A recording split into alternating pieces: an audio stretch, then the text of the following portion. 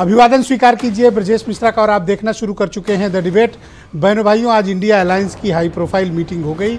बहुत दिनों से इस मीटिंग की अपोजिशन प्रतीक्षा कर रहा था और इस मीटिंग में कुछ महत्वपूर्ण फैसले हुए हैं, लेकिन अभी कई सवाल के जवाब आने बाकी है, क्योंकि 3 राज्यों में कांग्रेस की ज़बरदस्त पराजय के बाद हताशा के माहौल में ये बैठक हुई है और इसमें भी अभी कोई ठोस निर्णय क्या हो पाया है।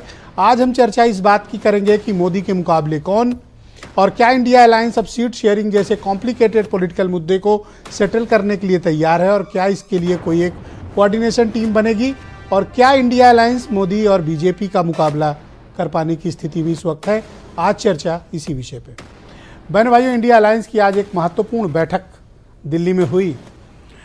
पिछले दिनों जब 5 राज्यों के चुनाव चल रहे थे, उसके पहले से लेकर अब तक इंडिया अलायंस की कोई बैठक नहीं हुई थी। अंतिम बैठक मुंबई में हुई थी, उसके पश्चात कोई बैठक हुई नहीं। वक्त धीरे धीरे निकल रहा था और जब इन 5 राज्यों के परिणाम आए, 3 भारतीय जनता पार्टी ने ज़बरदस्त धूम मचाते हुए 3 राज्य अपने नियंत्रण में ले लिए। राजस्थान, मध्य प्रदेश और छत्तीसगढ़ कांग्रेस के हाथ सिर्फ तेलंगाना लगा, वो बीआरएस से लेने में कामयाब रही। बहनों भाइयों, बात सिर्फ चुनाव जीतने भर की नहीं है। दरअसल इस हार ने इंडिया अलायंस का मनोबल बुरी तरह से तोड़ा है, और इंडिया अलायंस में भी किसका? कांग्रेस का, क्योंकि क्षेत्रीय दल अपनी अपनी जगह काफ़ी मजबूत स्थिति में है और उनको शायद कांग्रेस के उतने सहारे की आवश्यकता नहीं है जितना कांग्रेस को इनकी आवश्यकता हो। चाहे आप ममता बनर्जी को देख लें, चाहे जेडीयू आरजेडी के अलायंस को देख लें, और चाहे आप उत्तर प्रदेश में सपा और आरएलडी के अलायंस को देख लें, या फिर दिल्ली पंजाब में केजरीवाल की पार्टी देख लें, या स्टालिन को देख लें तमिलनाडु में। ज़रूरत कांग्रेस की है। और आज की बैठक का जो सबसे महत्वपूर्ण मुद्दा था, सीट शेयरिंग। जब तक सीटें स्पष्ट नहीं होंगी कि किस राज्य में कौन सी पार्टी कितने चुनाव लड़ेगी और किसका क्या हिस्सेदारी होगी, उसके बिना यह अलायंस क्लिक कर ही नहीं सकता। मैं भी शुरू से इस बात को कहता हूं, जब तक अलायंस तब पॉसिबल किसी का होता है जब सीट शेयरिंग और किस सीट पर कौन लड़ेगा ये तय हो जाए। नंबर ऑफ सीट पहली प्रायोरिटी, और सीटें किन किन सीटों पर लड़ना है दूसरी प्राथमिकता। कला कलेश मतभेद सीटों के बंटवारे और सीटों के चयन को लेकर होता है। खैर, आज एक तिथि तय की गई कि 30 दिसंबर के पहले सीट बंटवारे के मुद्दे को हल कर लिया जाएगा। वक्त कम है इनके पास, अलायंस के पास। क्यों? आप मानकर चलिए कि 10 मार्च के आसपास या उसके पहले आचार संहिता लग जाएगी, तो अब समय कितना बचा? महज एक्टिवली 2 से 2.5 महीने।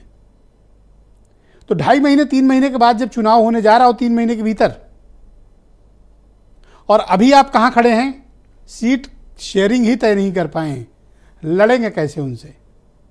ये चीज बीजेपी को एक जबरदस्त बढ़त प्रदान करती है, और खास तौर पर 3 राज्यों की जबरदस्त जीत के बाद बीजेपी का मनोबल आसमान पर है, और होना भी चाहिए। 9.5 वर्ष के शासन के बाद भी अगर वो इतने राज्य जीत कर आ रहे हैं तो ये जबरदस्त बात है। लास्ट जब इंडिया अलायंस की बैठक हुई थी, तब से अब में बड़ा बदलाव आ गया है। 28 राज्यों में भारतीय जनता पार्टी के पास 12 जगह उनके शासन है, और कांग्रेस के पास सिर्फ कर्नाटक, तेलंगाना और हिमाचल ही बचा है। बाकी जगह अलायंस की उनकी भी सरकारें हैं, ये भी 1-2 जगह हैं। पर मेजॉरिटी कंट्रोल पॉलिटिक्स में किसके पास है? भारतीय जनता पार्टी के नेतृत्व के पास। कि ये बढ़त इंडिया अलायंस को हासिल नहीं है, और इंडिया अलायंस में कांग्रेस ने 3 राज्यों के चुनाव में अपने साथियों के साथ जो व्यवहार किया, उसका परिणाम आज उनको उस बैठक में अपने साथियों के तीखे तेवरों से भी दिखा।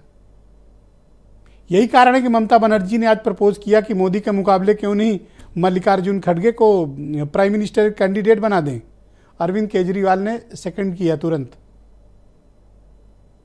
एक तीर 2 शिकार। राहुल गांधी के नेतृत्व को पीछे, खड़गे के नेतृत्व को आगे बढ़ाया। नाम प्रस्ताव कौन कर रहा है? बंगाल। सहमति कौन दे रहा है? दिल्ली और पंजाब। इस अलायंस के भीतर भी कई कॉम्प्लिकेशंस हैं, वो ऐसे मौकों पर निकल के सामने आते हैं। और ऐसा नहीं है कि कांग्रेस कोई बड़ी दयालु है। पिछले असेंबली इलेक्शन जो अभी राज्यों में हुए हैं, किस तरह से सहयोगियों को बाह मरोड़ा, ये सब के सामने रहा। तो इस अलायंस में एक ट्रस्ट डेफिसिट भी है। ये पॉलिटिकल ट्रस्ट डेफिसिट है। यही कारण है कि न सीट शेयरिंग तय हो पा रही है, न सीटों का चयन हो पा रहा है, और न नेता का नाम। जो उद्धव ठाकरे ने सामना ने लिखा, तो मतलब उद्धव ठाकरे को मानिए, आए मिले खाए पिए हाथ धोए चल दिए। क्या इस बेसिस पर इंडिया अलायंस इस पॉलिटिकल एटीट्यूड और इस कमजोर पॉलिटिकल विल के साथ बीजेपी जैसी माइटी पॉलिटिकल पावर का सामना कर सकती है? कर सकती है, लेकिन किसके दम पर? रीजनल लीडर्स के दम पर, क्षेत्रीय छत्रपों के दम पर। कौन है ये लोग? आप दक्षिण से शुरू करिए, चले जाइए पूरब, लौट आइए पश्चिम, फिर सेंट्रल नॉर्थ इंडिया। मुकाबले में क्षेत्रीय छत्र भी हैं, कांग्रेस भी है। जो पिछले भी 3 राज्यों में चुनाव हुए, कांग्रेस सीधे मुकाबले में थी बीजेपी के। लेकिन क्षेत्रीय छत्रपों की जो ताकत है, दरअसल इंडिया अलायंस की वही राजनीतिक साख है। इसी के दम पर वो बीजेपी को रास्ता रोकने के लिए ताल ठोकते हैं। लेकिन ये क्षेत्रीय छत्रप खुश नहीं है।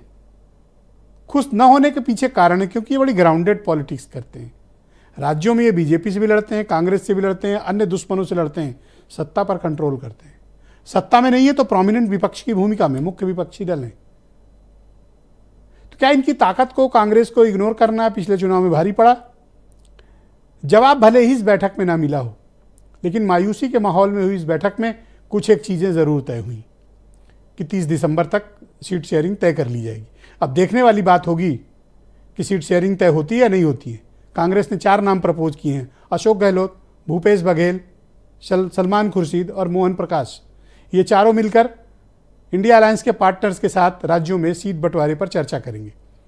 लेकिन मसला यह है कि इंडिया अलायंस में फैसले तत्काल नहीं होते, देरी से होते हैं। और अब जब समय कम हो और सामने मुकाबला मोदी जैसे ताकतवर सेनापति की अजेय सेना से हो, तो विपक्ष को तैयारी भी उसी लेवल की करनी पड़ेगी। आप कुछ स्टेटमेंट सुन लें, फिर आज की डिबेट को हम आगे बढ़ाएंगे। सीट शेयरिंग का भी हम मिल के पहले जिस स्टेट में हमारे लोग हैं, पहले वो लोग वहाँ पर एक दूसरे से समझौता करेंगे।